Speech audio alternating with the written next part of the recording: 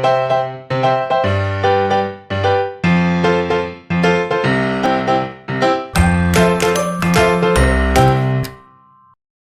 my name is Suzanne Paquette. My book is Modern Memory Quilts, and today I'm going to walk you through cutting down 2 pieces of clothing. I've got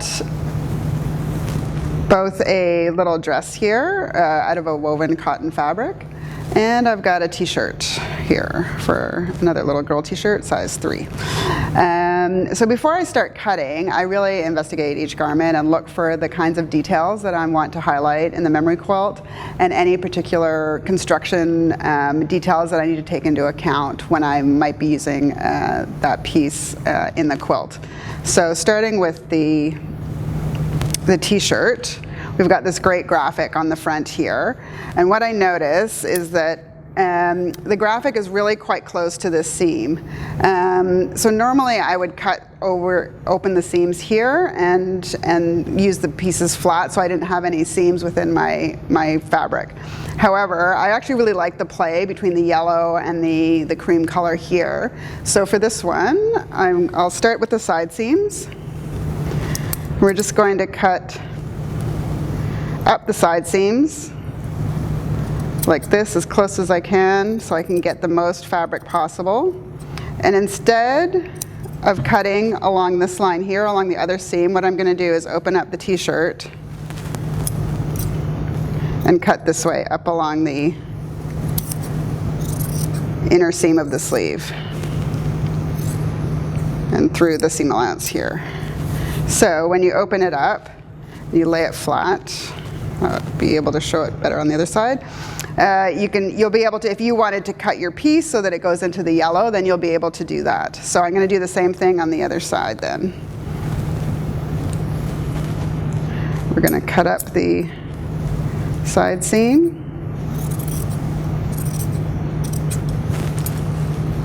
And I'll just rotate it here and cut through. Whoops. You can even start at the other end and cut along your seam again. When I first started making memory quilts, I thought I would seam rip all the seams. After you cut about 3 pieces of clothing, you realize that that would take forever.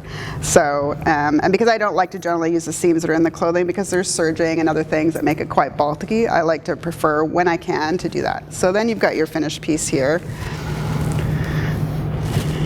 And you can see, you couldn't use it like this because obviously there's shaping in the sleeves and things like that, but this gives me then the flexibility. And what I would probably do here is then cut along the seam but in the back for the sleeve. So that lets me use it in the front with the graphic, use the yellow fabric in the front with the graphic. And then you can see it'll lay out flat like this. And then it gives me the option, once your sleeves are open as well, it gives you the option that if I wanted to cut a piece in here, that I could highlight those stripes. If it was a particular detail of the clothing that I really liked, then I'd have that option.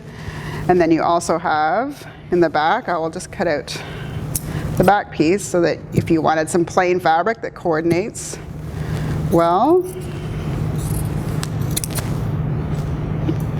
then you have your straight piece. And then I would go and cut off all these seams because if you're starching or interfacing, you don't want to be interfacing over these thick seams. You want just a nice flat piece of fabric.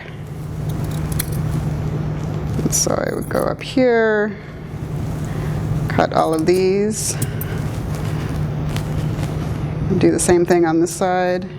And I always, even if I think I'm not going to be using all of the fabric, I still cut right close to the seam because the worst thing is realizing that you'd actually like to do a slightly bigger piece and the fabric not being big enough.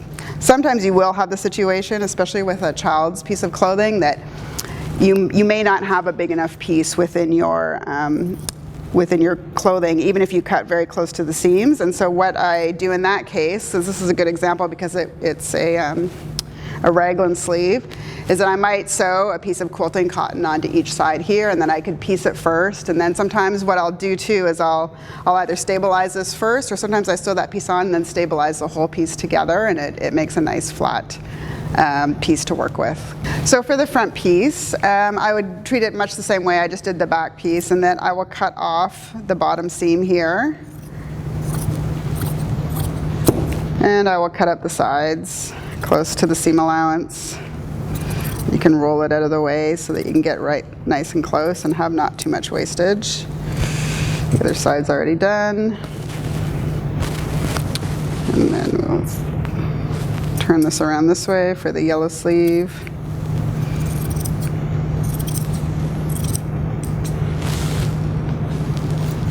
This shirt is a pretty standard finish for both the bottom hem and the sleeve hem, where it's just a double row with the serging on the back. Sometimes though, if you have a decorative stitch here or something that you find interesting, what I'll do is instead of cutting off the hem, what I'll do is I will stitch it to my next piece of fabric if I want to make a finished, if I want to include that detail. And I would stitch along this line here and stitch it down and then cut out my piece from that. And that way, if you had an interesting detail here, you could highlight that in your piece for your memory quilt. So we'll just continue on here for the front. Another thing that sometimes crops up is graphics tend to be placed in the top half or top third of the t-shirt, and if most t-shirts they have a v-neck or a round neck. Same story as the sleeve that I just showed. If I wanted to cut a piece that came up, let's say up here, I would do the same thing. I would take another fabric. I usually use quilting cotton instead of another stretchy fabric, just for a bit of extra stability. But I would then just lay my other fabric down, place this here, pin along the lines here, and then stitch this on the machine and then stabilize the whole piece. And then I could, if I wanted to cut a big square or some other kind of piece here, this would fill in. And sometimes you could fill in if you found like a yellow that matches, that it would just disappear. And it would create a sort of a unified piece. So that's one trick you can do. So in this case, I would leave this then at this point. I would maybe cut off here. Just trim up the other sleeve side. Get rid of that seam allowance. And again, along this one.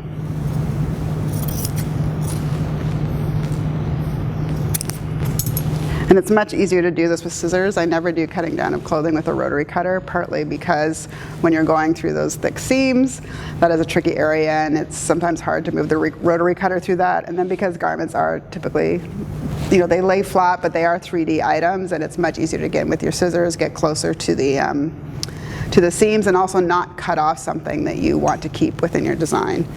So then at this point, I would leave the front as is, so I had the maximum use until I knew exactly what I was doing. Or this is a good example. So in the corner here, because of the shape of the garment, this doesn't lie flat. So I would never try and use this piece as is in a full area, but it lets me go into the sleeve up here, and I would still leave this on until I knew exactly what I was doing and what I was cutting. So I would do that, and that way I could center this or do whatever I wanted with this graphic on the front. Don't forget, of course, when you're starting to stabilize this and press, that if you have, this one's quite a raised surface screen print, you're going to want to use your pressing cloth both on top, but I typically put one underneath as well. So for this little dress, it's a really different garment than the t-shirt. First of all, it is made out of a woven cotton, not a t-shirt jersey, and the dress also has a lining. So there's actually 2 layers of fabric to work with here.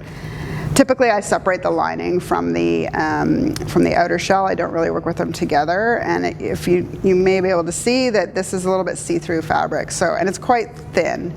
So if the rest of my quilt was a thicker fabric, I would probably stabilize that piece, even though it's woven and it's not too shifty. I would still probably stabilize it with either some starch or some interfacing, just to give it a more similar weight to the other fabrics in the quilt. So much like the t-shirt, though, I always start with the side seam because that's typically the easiest place to come in to start cutting. So I'd cut up here. The design here, the nice embroidery design on this dress, it's not too far from there, so I've got lots of flexibility, but there's a nice finish edge there that I would probably incorporate into the quilt instead of cutting it, because if I cut this here and then I sew my seam allowance, it's going to be right up against the embroidery, and I would like to leave probably a little bit of space around there. So again, I would cut around the sleeves. And then I'm going to go do it with the inner layer as well.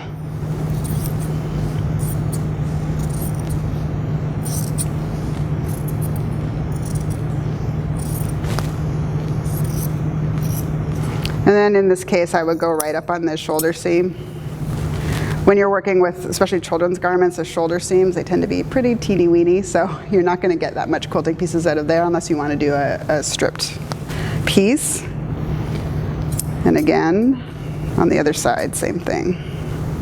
Oh, and you can see there's a nice French tack here, so I'm just going to chop that before I start cutting, make it easier.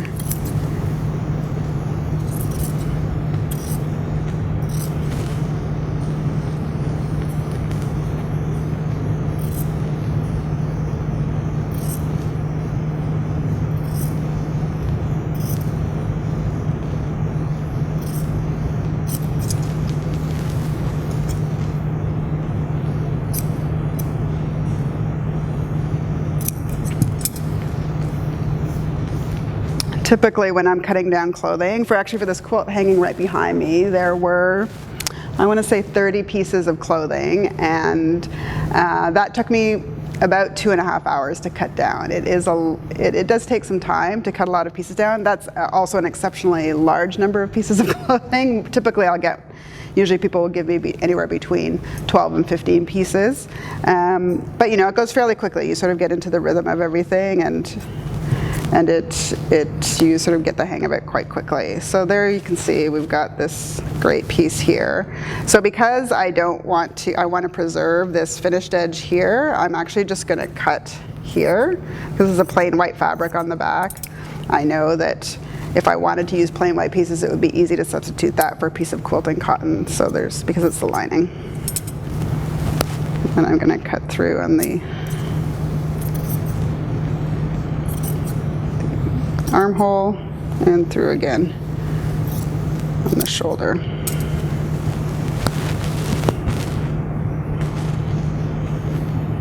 So there we go. From here, I would also cut off the bottom thing because it's highly unlikely that I would use that. It's just a plain regular hem, and it's not something I would think I would want to highlight in the quilt. You will notice that there are some gathers here, so you have a few options. You could put a gathering stitch at the bottom and keep that as a feature in the quilt, or sometimes I will just press it, and then especially if I'm stabilizing it, I can press it and stabilize it all in one step so it keeps it together and it's not going to stretch out like this in the bottom. And you could also open it up like this and decide to stabilize it where you're not showing off too many of the gathers.